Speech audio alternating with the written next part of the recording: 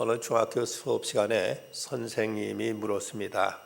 아침에는 4발, 낮에는 2발, 저녁이 되면 3발로 걷는 것이 뭐냐 하고 이렇게 묻자 그 중에 그리스 신화를 읽었던 학생이 그렇게 대답합니다. 사람입니다. 왜냐하면 어릴 때는 4발로 기어다니니까 아침에는 4발이고 이제 사람이 장성하면 2발로 걸어다니니까 낮에는 2발, 그리고 저녁이 되면 이제 3발인 것은 나이가 들면 지팡이를 짚고 다니니까 이래서 저녁이 되면 3발입니다 라고 이렇게 대답을 했습니다. 내 말이 맞다. 근데 다른 학생이 하나 또 다른 얘기를 합니다. 제가 듣기로는 그것은 군인이라고 들었습니다. 그건 또 왜 그러냐? 군대에 갔다 온 삼촌이 그러는데요, 군인들은 아침에 일어나면 엎드려 뻗쳐하고 낮이 되면 2발로 줄창 걸어 다니고 저녁이 되면 또 이제 머리를 박아야 되니까 그래서 군인이라고 합니다 라고 이렇게 대답하더랍니다. 여러분들은 지금 이 자리에 나오셨는데 전에 처음에 나올 때는 누구한테 끌려 나오시다가 이번에는 자기 발로 걸어 나오셨으니까 여러분들은 많이 지금 성장한 성년의 믿음의 사람들이 되셨습니다. 여러분, 우리가 신앙의 진보를 원한다면 우리가 먼저 하나님 앞에 나와 예배드리는 일부터도 우리의 정성과 우리의 열심을 다해야 될 줄 믿습니다. 교회 출석하는 정도를 가지고 신앙의 어떤 등급을 매기자면 주일 오전 예배만 나오는 사람은 3등 신자, 오후 찬양 예배도 나오는 사람은 2등 신자, 수요 예배까지 나온 사람은 1등 신자라고 한답니다. 그래서 한 단계 더 들어가면은 금요 심야 기도하고 새벽 기도까지 나오면 특등 신자라고 만나는 것이죠. 여러분들은 이미 1등은 되셨습니다. 이제 이 자리에 계신 모든 분들은 이제 특등까지 올라가실 수 있기를 바랍니다. 1960년대 복음주의자로서 교회의 선지자적인 역할을 감당했던 이제 토즈 목사님은 오늘날 교회의 3가지 문제점을 이렇게 지적했습니다. 첫째는 믿는 자가 성장하지 않고 항상 어린아이의 상태에 머물러 있고 다만 살만 찌는 것이 잘못이다. 두 번째는 믿는 자가 교회 안에서 마땅히 해야 할 일을 하지 않고 오직 구경만 하는 것이 잘못이다. 세 번째는 믿는 자가 서로 일치하지 않고 분열과 다툼만 일삼는 것이 이것이 문제다고 이렇게 이 시대 교회들의 문제점을 지적한 바가 있습니다. 그러면서 토지 목사는 이 교회의 심각한 이런 문제들, 이것을 해결할 수 있는 길은 오직 하나, 하나님을 바로 아는 것이라고 이런 말을 했습니다. 하나님을 우리가 제대로 안다면 우리는 이런 문제에서 그대로 주저앉아 있을 수는 결코 없기 때문입니다. 미국의 서부 개척 시대 그 서부를 달리던 역마차를 보면 역마차에는 1등석, 2등석, 3등석 세 그 단계의 좌석이 있었다고 합니다. 아니 무슨 역마차라면 뭐 큰 기차처럼 칸막이가 칸칸 여러 칸이 된 것도 아니고 하나의 마차 안에 있는 좌석일 텐데 어떻게 이제 1등, 2등, 3등 칸이 있었나 하고 의아해할 것입니다만은 이제 1등 칸, 그러니까 돈 제일 많이 내고 1등석을 탄 손님은 마차가 가다가 고장이 나거나 어디 빠지거나 해도 마차에서 내리지 않고 가만히 그 의자에 그냥 편안히 앉아 있으면 되는 것이 1등 신자였다고 합니다. 1등 그 승객이었다고 하죠. 근데 2등 승객은 마차가 고장 나거나 어디 빠지게 되면 마차에서 내려서 구경만 하면 된다고 합니다. 그것이 2등 승객이고 3등 승객은 어떤 사람이냐?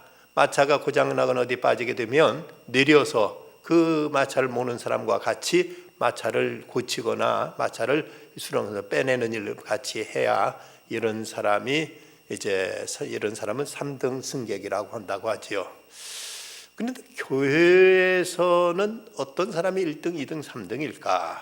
어떤 사람은 교회에서 그저 가만히 모든 것 이제 대접만 받으려고 하면 1등 신자, 구경만 하면 2등 신자, 모든 일에 다 나서서 봉사하고 섬기는 사람은 3등 신자인데, 그런데 천당 갈 때는 완전히 바뀌어진답니다. 이렇게 1, 2등, 3등이 하나님께서 뒤로 돌아 이 갓 하시면은 이제 3등이 1등이 되고 1등은 뒷맨 꼴찌가 된다는 거지요.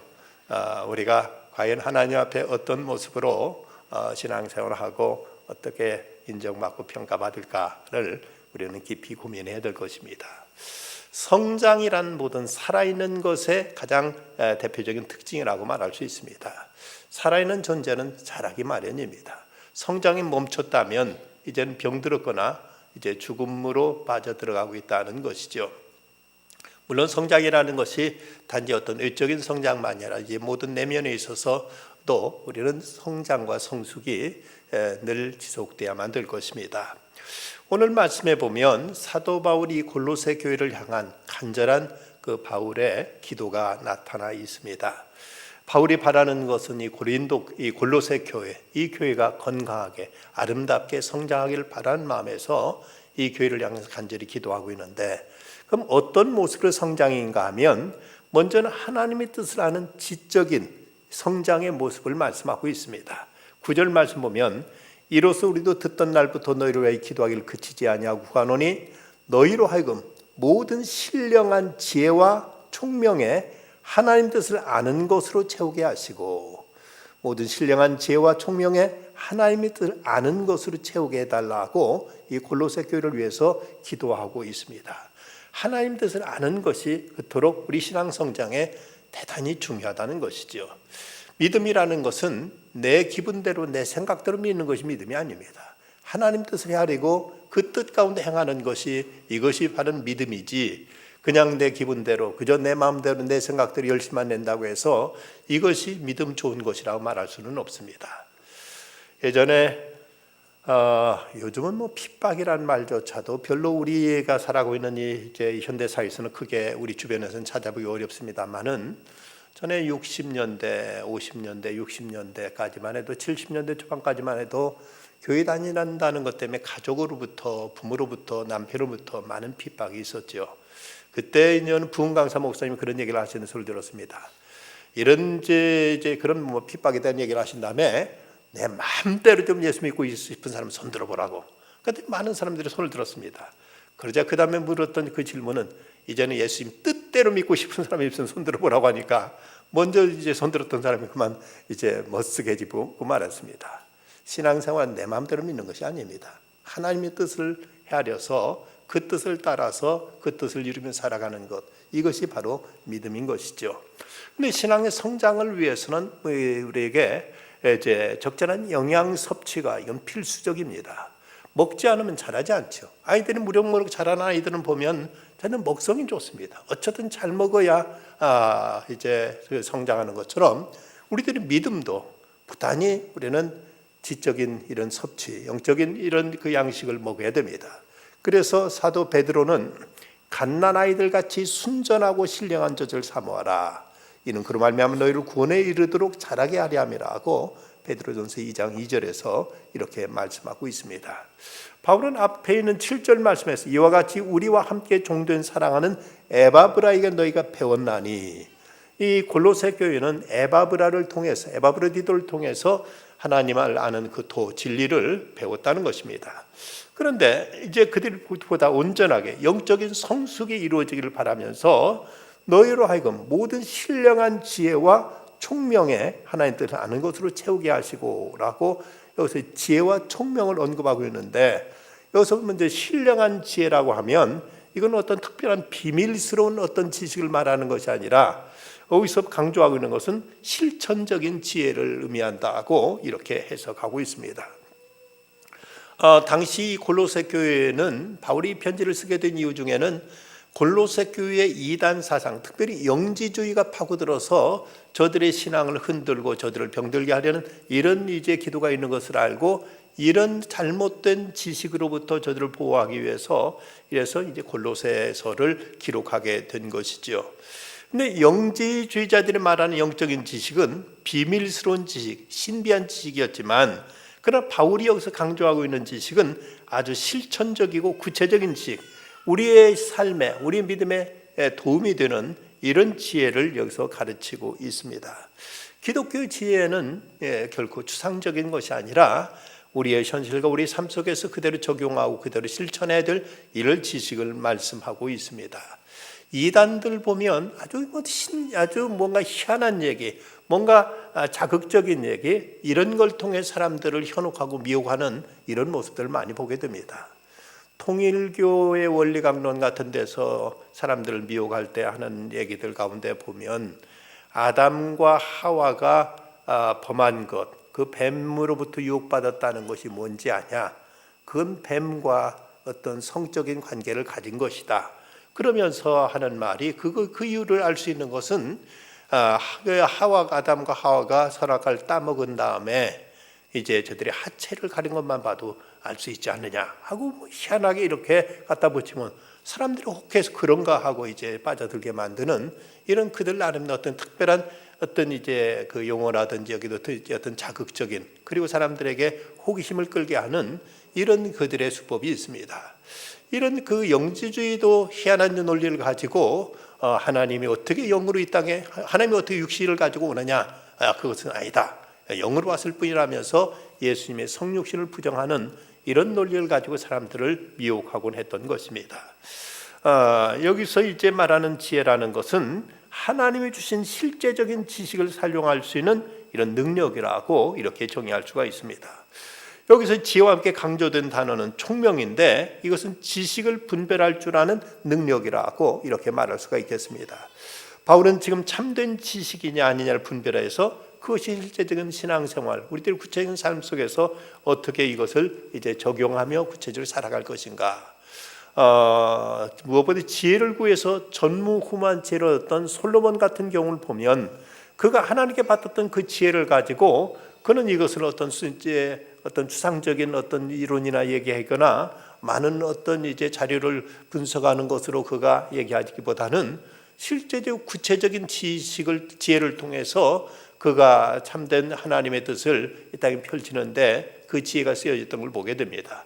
그래서 그는 어떤 현명한 받은 재판을 통해서 참으로 하나님께서 주신 지혜가 우리 실생에 얼마나 도움이 되는가 이런 것을 그가 실제 현실 속에서 보이고 증거했던 것이었습니다.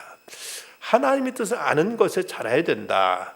다른 것은 우리가 그 어떤 학문을 배울 때 학문의 이론만 배우면 되지 학문을 그것을 주장하는 학자라든지 그 책의 저자를 굳이 알아야 될 필요까지는 없는데 이 기독교 진리는 그렇지 않습니다. 이것은 바로 성경에 기록된 예수 그리스도의 말씀을 배우는 것도 중요하지만 보다 더 중요한 것은 바로 예수 그리스도를 그분을 아는 것, 그분을 이제 우리가 경험하고 그분과의 이제 참된 교제를 통해서 그분을 배워가는 것, 이것이 참된 지혜라고 말씀할 수 있습니다.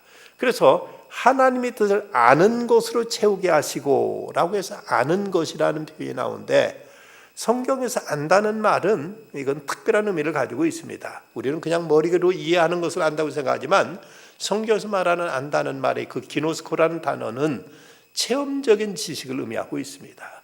마치 서로 모르던 남남이 서로 부부가 돼서 함께 이제 생활하면서 서로를 알아가는 것처럼 우리가 그 예수 그리스도에 대해서도 단지 예수는 뭐 몇 년도에 이 땅에 오셨고 몇 년 사셨고 또 그러다가 어떻게 세상 떠나셨고 하는 이런 객관적인 지식만이 아니라 예수 그리스도와 교제를 통해서 그분을 인격적으로 알아가고 그분의 성품과 그분의 속성과 그분의 거룩한 뜻을 헤아려가는 것, 이것이 바로 우리의 신앙생활인 것이죠.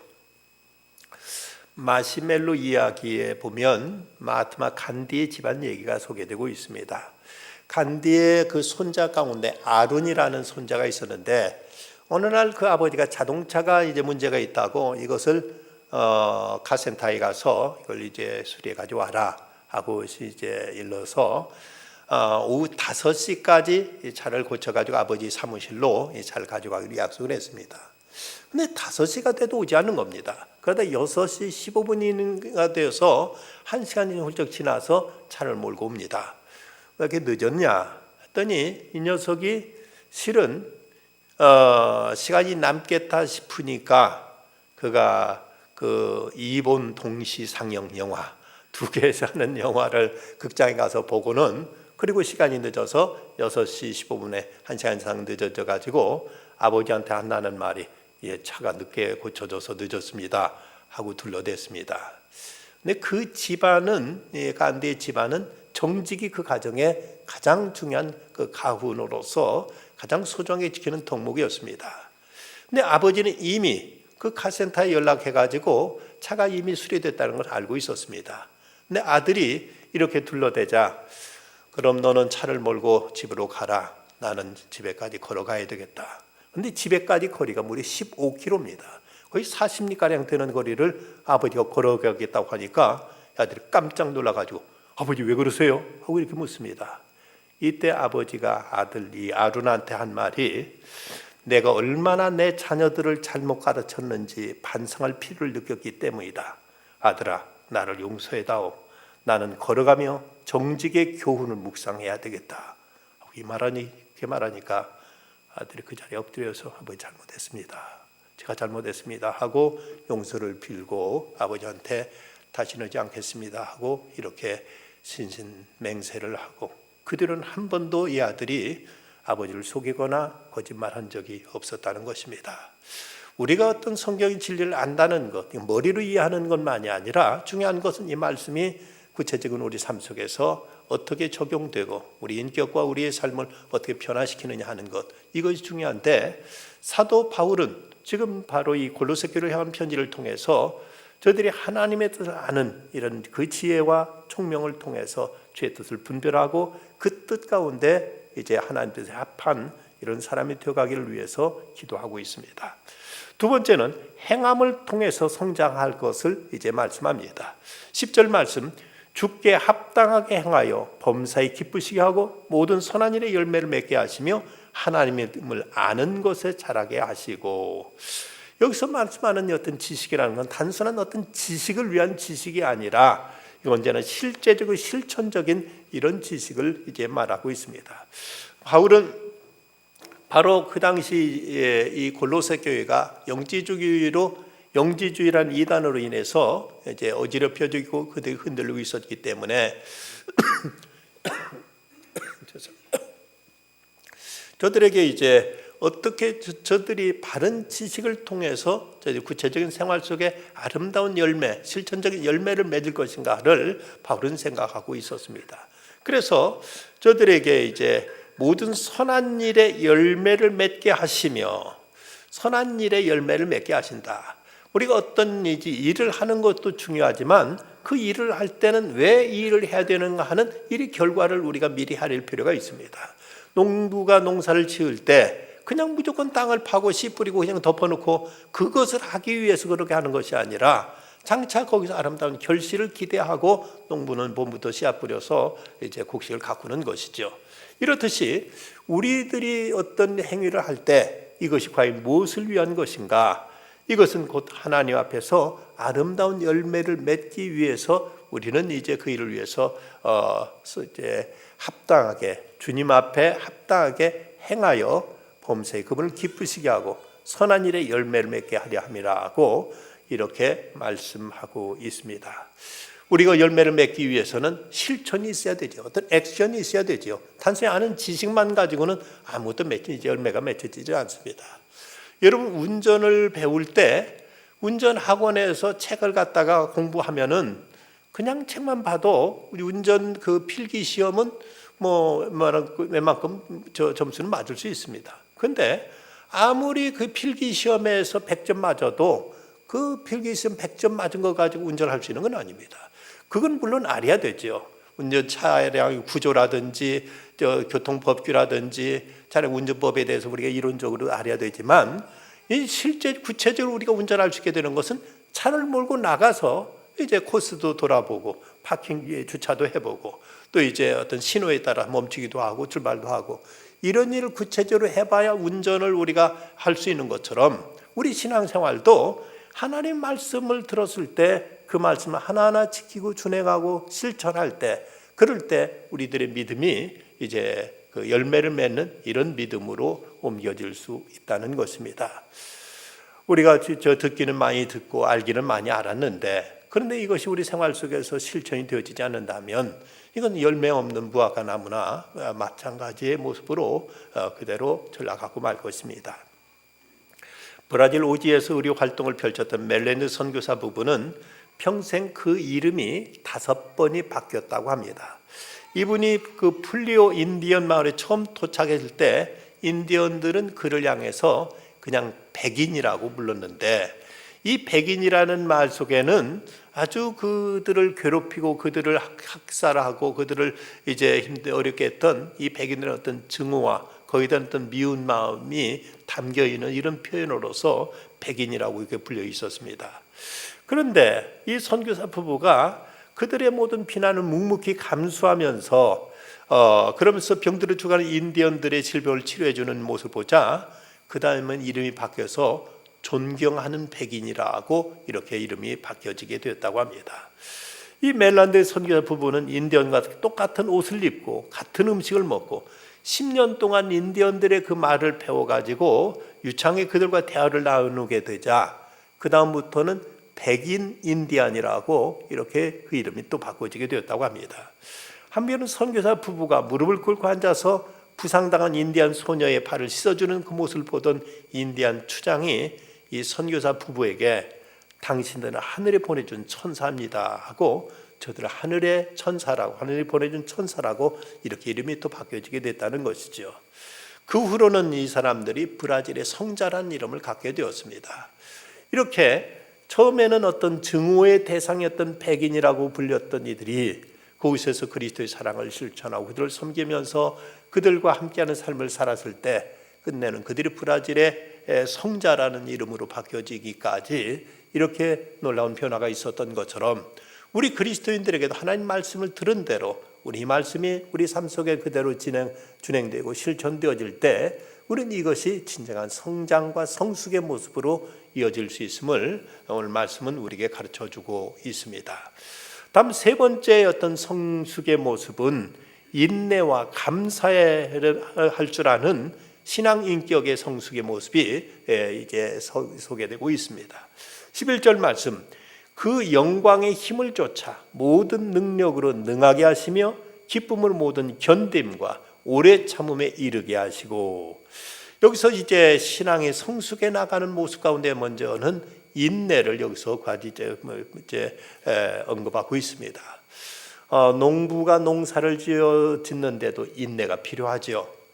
씨앗을 뿌렸다고 금방 이것이 싹이 타는 것이 아니라 이제 싹이 트는 것이 아니라 거기서 우리 얼마를 기다려야만 싹이 트고 뿌리가 내리면서 자라게 됩니다.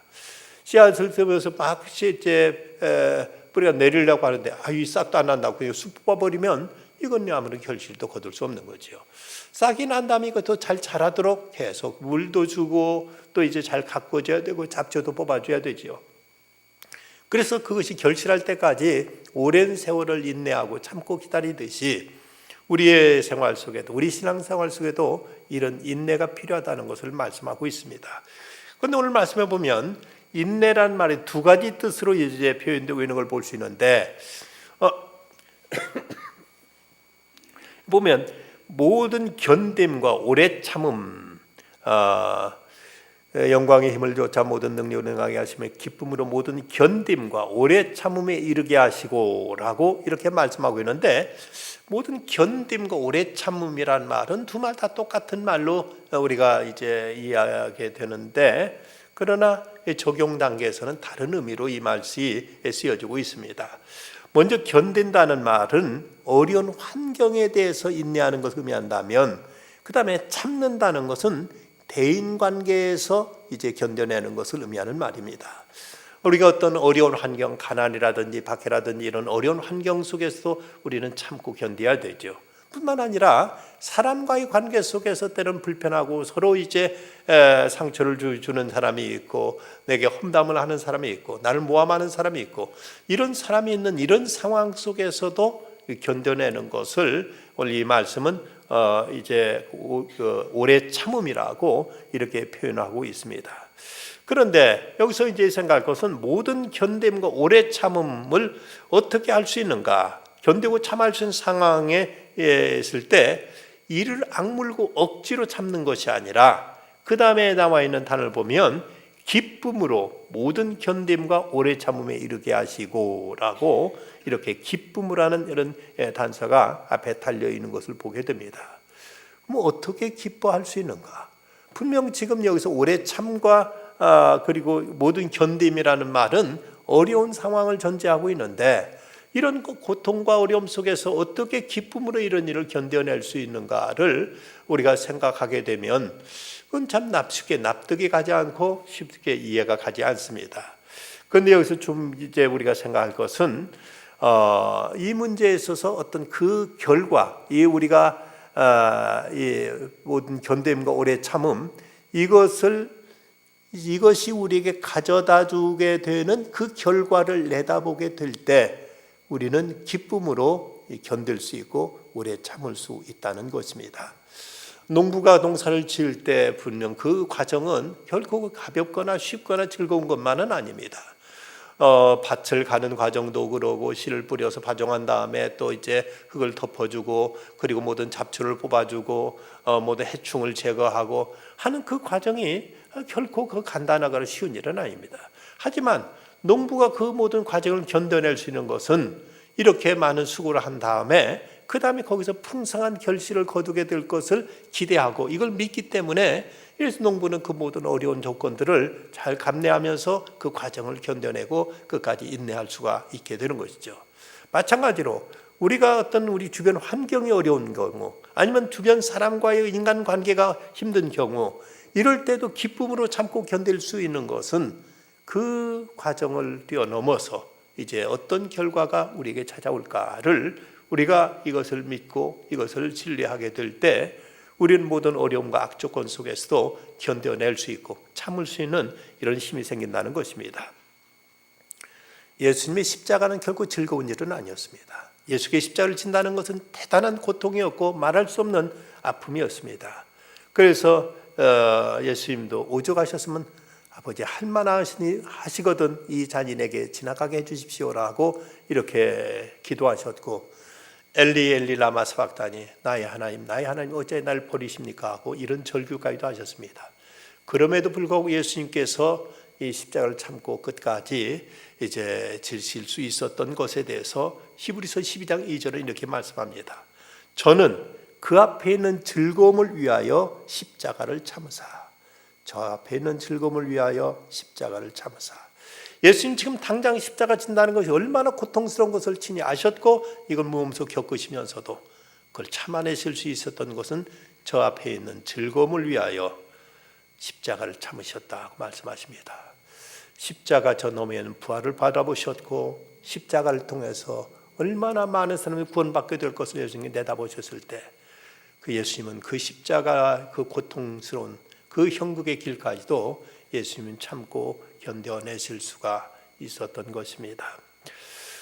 이 고통을 기쁨으로 견디고 참을 수 있는 것은, 그 힘은 우리에게 나오는 것이 아닙니다. 11절 말씀 다시 보면 그 영광의 힘을 조차 모든 능력으로 능하게 하시며, 하나님께서 우리에게 베푸시는 그 영광의 능력이 우리와 함께 하실 때 우리는 이제 참고 견딜 수 있는 이런 인내가 우리에게 이제 얻을 수 있게 된다는 것입니다. 마시멜로 어느 어린아이 집단에서 아이들한테 마시멜로를 나눠주고 나서 15분 후에 올 테니까 그때까지 안 먹고 기다린 아이한테는 2배로 준다고 약속했더니 그 중에 한 3분의 1가량 아이들은 안 먹고 기다리고 나머지 아이들은 그 말을 믿지 못하고 그냥 다 먹어버렸더랍니다. 그런데 이제 15분 후에 2배로 준다는 말을 믿고 기다린 아이들은 나중에 보니까 학교 성적이라든 모든 것에 뛰어나더라는 것이죠.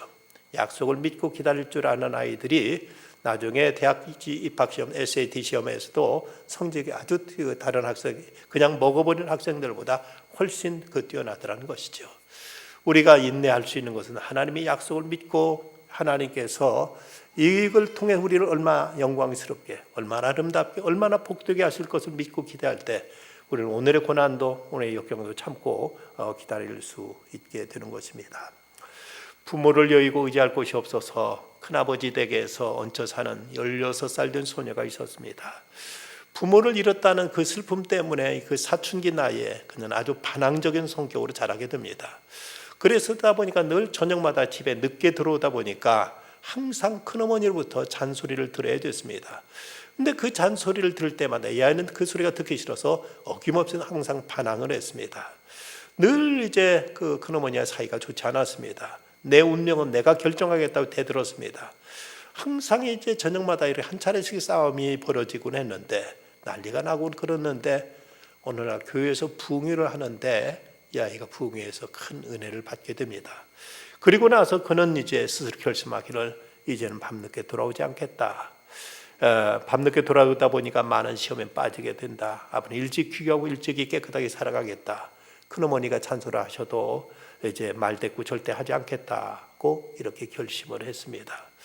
부흥회 끝난 다음 큰어머니한테 와서 어머니 앞으로는 제가 큰어머니 말씀 잘 듣겠습니다. 밤에도 늦게 돌아오지 않고 일찍 돌아오겠습니다. 라고 이렇게 말씀드렸습니다. 그랬더니 큰어머니가 하는 말이 그 말이 진심이라면 좋겠다마는 어떻게 말이 될 수 있니? 그거 두고 봐야지. 다른 때 같으면 그 말을 듣고는 그가 또 벌써 이제 불쑥 큰어머니 대들고 또 한바탕 이제 또 소리를 떨었을 텐데 꾹 참고 그대로 그는 이제 자기 방에 들어갔습니다. 그런데 그리고는 그가 일찍 들어왔는데 그러다 어쩌다가 하루 늦어버리고 말았습니다. 그러자 큰어머니가 가봐라, 내가 그럴 줄 알지. 네 결심이 며칠이나 가겠니? 하고 이렇게 쏘아붙이는데 다른 때 같으면 그 말 듣고 또 이제 큰어머니한테 대들고 한바탕 또 이제 뒤집었을 텐데 어머니 제가 잘못했습니다. 너무 염려하지 마세요. 앞으로 더욱 주의하겠습니다. 라고 의젓하게 말합니다. 큰어머니가 찬성했지만 아무 말 대꾸하지 않고 잘 참았습니다. 그날 일기장에다가 그가 이렇게 써놓았다고 합니다. 나는 내 자신에게 놀라고 있다. 그런 찬수를 들으면서 큰어머니를 미워하는 마음도 슬픈 마음도 말대답하고 싶은 마음도 없이 이렇게 내 마음 평안하다니. 그러면서 그는 이 모든 것을 참고 견딜 줄 아는 이런 성숙한 믿음으로 이렇게 성장하게 되더라는 것입니다. 우리 믿음 생활 속에도 이렇게 저렇게 시험될 때가 있고 우리를 흔들어 놓을 때가 있습니다. 이럴 때도 이를 통해서 그리스도의 인격을 닮아지고자 하는 이런 성숙한 믿음의 자리에 이르기 위해서 우리가 주님 앞에 아름답고 보석처럼 빛나는 이런 신앙 인격을 이루게 될 것을 믿고 기다리면서 참아내고 견뎌내고 묵묵히 모든 어려움과 아픔을 이겨낼 수 있어야 될 것입니다. 그러면서 또 한 가지 12절에 보면은 우리로 하여금 빛 가운데서 성도의 기업의 부분을 어떻게 합당하게 하신 하나님께 감사하게 하시기를 원하노라. 하나님께 감사하기를 원한다고 말씀하고 있습니다. 우리가 이렇게 어려운 여건 속에서 하나님께 감사할 수 있는 것은 바로 이런 어려움을 통해서 하나님 우리를 빚으시고 연단하셔서 우리로 하여금 하나님의 아름다운 기업에 이르게 하려는 그 섭리를 깨닫게 될 때, 그럴 때 우리는 오늘의 고난까지도 오늘의 아픔까지도 우리는 견뎌낼 수 있고 오히려 그 견뎌낼 뿐만 아니라 이 어려움 속에서도 하나님께 도리어 감사할 수 있게 된다는 것이죠. 여러분 어려운 일이 생기면 불평하기 마련이고 또 누가 나를 힘들게 하면 원망하거나 대들기 마련인데 도리어 이런 상황에서 감사할 수 있는 인격, 이것이 바로 예수 그리스도를 닮아가는 모습이요 이것이 하나님의 성품에 참여하는 모습이 아니고 뭐가 되겠습니까? 그러기에 이것을 믿는 사람은 이런 역경 속에서도 도리어 하나님께 감사할 줄 알게 된다는 것이지요. 하나님께 오히려 그런 고난 중에서도 주님을 더 의지하게 되고 주님을 더 신뢰하면서 그런 고난을 통해서 내 자신 변화된 모습을 스스로 확인하고 그러면서 도리어 하나님께 감사하는 이런 믿음의 자리까지 이르게 되는 것입니다. 하나님께 우리에게 이런 고난을 주신 것은 결국 우리를 괴롭히기 위한 것이나 우리를 힘들게 하기 위한 것이 아니라 이런 고난을 통해서 우리를 연단하고 우리를 빚으셔서 우리로 하여금 참으로 보석과 같은 이런 아름다운 모습으로 우리를 변화시키기 위한 이런 하나님의 깊은 섭리가 있음을 깨닫게 될 때 우리는 어떤 고난 가운데서도 쉽게 원망하거나 낙심하지 않고 도리어 기뻐하며 하나님께 감사할 수 있는 이 믿음의 자리까지 이룰 수 있게 되는 것이죠. 폴 브랜드라는 유명한 크리스찬 의사가 있습니다. 이분은 이제 크리스찬 의사로서 그리스도의 사랑을 실천하고 펼쳤을 뿐만 아니라 그분의 그 신앙적인 의사로서의 어떤 이제 안목을 가지고 책을 써서 많은 사람들에게 큰 영향을 미친 사람입니다. 근데 그분의 얘기 가운데 그런 얘기를 합니다. 페니실린이 처음 나왔을 때 그때 사람들은 페니실린 그 주사를 맞는 것을 그렇게 두려워했다고 합니다. 물론 이제 그 당시만 해도 페니실린 그 만드는 이제 그 기술도 지금보다는 이제 많이 뒤졌기 때문에 어떤 불순물 같은 게 들어있을 수도 있고, 아니면 뭐 주사 바늘부터도 그 당시에는 상당히 크고 아프게 이제 주사도 놨을 테고, 그 약으로 인한 여러 가지 통증이 많이 심했기 때문에, 그래서 그토록 전쟁터에서는 뭐 죽음을 두려워하지 않고 용감히 싸우는 그런 군인들까지도 페니실린 맞는 거에 대해서 그토록 두려워하고 벌벌 떨었다고 하는데, 그런데 그리고 나서 얼마가 지나니까 사람들이 페니실린에 대해 두려워하는 마음이 많이 이제 사라지고 사람들이 페니실린 맞으면서도 그렇게 겁내지 않더라는 것입니다. 그것이 왜 그렇게 됐는가? 그것은 어떤 그 주사 놓는 방법이 이제 개선됐기 때문이거나 약의 어떤 이제 그 부작용이 뭐 현재가 없어졌기 때문이 아니라 페니실린의 효과에 대한 사람들의 신뢰가 생겼기 때문에 저 주사 맞으면은 병 낫는다, 모든 염증이 다 해소된다 하는 거기에 대한 확신과 신뢰가 생기게 되니까 사람들이 거기 잠깐 주사 맞을 때 아픈 것은 아무렇지도 않게 생각하고 저거 맞으면 이제 내 이 병이 낫는다는 이 믿음을 갖게 되니까 그때부터는 사람들이 주사 맞는 거에 대해 페니실린 맞는 거 주사 맞는 거에 대해서 전혀 두려운 마음이 없이 다들 와서 아주 웃으면서 페니실린을 쉽게 맞더라는 것이죠. 여러분 병원에 가서 주사 맞을 때 보면 어린아이들은 자지러지게 울어대면서 주사를 안 맞으려고 하지요. 근데 어른들은 뭐 별로 그렇게 부담스러워하지 않고 편하게 웃으면서 주사를 맞고 오히려 주사를 맞은 의사한테 고맙습니다, 인사까지 합니다. 그 이유가 왜 그런가? 아이들은 아프고 어른들은 안 아파서 그런 건가? 그게 아니죠. 아프기는 둘 다 어른이나 아이나 다 마찬가지입니다. 다른 것은 어른들은 이것이 나를 위한 것이다, 이걸 맞으면 내 건강이 회복된다는 거기에 대한 신뢰가 있기 때문에 아픈 주사를 맞으면서도 웃으면서 부담 없이 편하게 주사를 맞을 수 있는 것입니다. 결과를 안다는 건 이렇게 중요한 것이죠. 내게 어떤 고난이 있다는 것, 내게 지금 어떤 고통이 있다는 것, 이것이 고통 그 자체로 그쳐지는 것이 아니라 이걸 통해 하나님께서 나를 아름다운 영광스러운 그리스도의 형상을 덧입게 하시고 천국의 기업을 누리도록 하시는 하나의 과정이다는 것을 믿게 될 때 바로 오늘의 이 고난 속에서도 우리는 더 기뻐할 수 있고 감사할 수 있는 이런 신앙 인격의 성숙으로 이어짐을 오늘 사도 바울은 우리에게 이제 골로새 교회 편지를 통해서 우리에게 가르쳐주고 있습니다. 우리 믿음은 성장하고 성숙해 가야 됩니다. 그러기 위해서는 부단히 하나님의 말씀을 배우고 익혀야 되지요. 뿐만 아니라 배우고 익힌 말씀들이 우리 삶 속에서 실천되고 이것이 열매를 맺어 가야 되겠습니다. 그리고 이 고난까지도 기뻐하며 감사함으로 받아들일 수 있을 때, 이럴 때 참고 인내하면서 우리는 이제 하나님께 감사할 때, 이를 통해서 우리들의 인격과 성품까지도 점점 그리스도를 닮아가는 하나님의 형상을 지닌 참된 성숙한 신앙의 모습으로 이렇게 변화되어 갈 것입니다. 바울이 골로새 교회를 향해서 간절히 기도했던 그 기도가 곧 오늘 우리를 향한 하나님의 뜻이라면 말씀을 배우는 지적인 성장, 그리고 실천하는 행동에 있어서 성장, 그리고 우리들이 인내하며 감사할 줄 아는 신앙 인격에 있어서 성장까지도 우리가 도모하며 이를 향해서 부단히 전진해 나가는 우리들 믿음의 진보가 있어야 되겠습니다. 기도하십시다. 거룩하신 아버지 하나님, 이 밤도 제전을 불러주셔서 아버지 말씀 가운데 저희 자신을 점검하고 더욱 주님을 닮아가고자, 더욱 저희들이 성숙한 믿음의 자리에 이르고자 저희들을 이렇게 훈련할 수 있도록 이끌으신 것 감사합니다. 오늘 들으신 말씀을 통해 저희들의 삶 속에 적용되고 실천되어지는 중에 저희 믿음도 날로 자라가게 하여 주시고 저희 인격도 점점 예수 그리스도를 닮아가는 이런 믿음의 사람들로 변화시켜 주시옵소서. 고통 중에 있는 이들을 주께서 치유하여 주시옵시고 신앙의 시험과 어려움 가운데 있는 이들을 회복시켜 일으켜 세워 주시옵소서. 또 이번 주말에 있을 우리 중고등부 본맞이 수련회 그리고 이어서 있을 또 아동부와 청년부 수련회에도 하나님께서 큰 은혜를 베풀어 주시고 이를 위해 수고하는 모든 선생님들에게 크신 은혜와 상급으로 갚아 주시옵소서. 예수님의 이름으로 기도드리옵나이다. 아멘.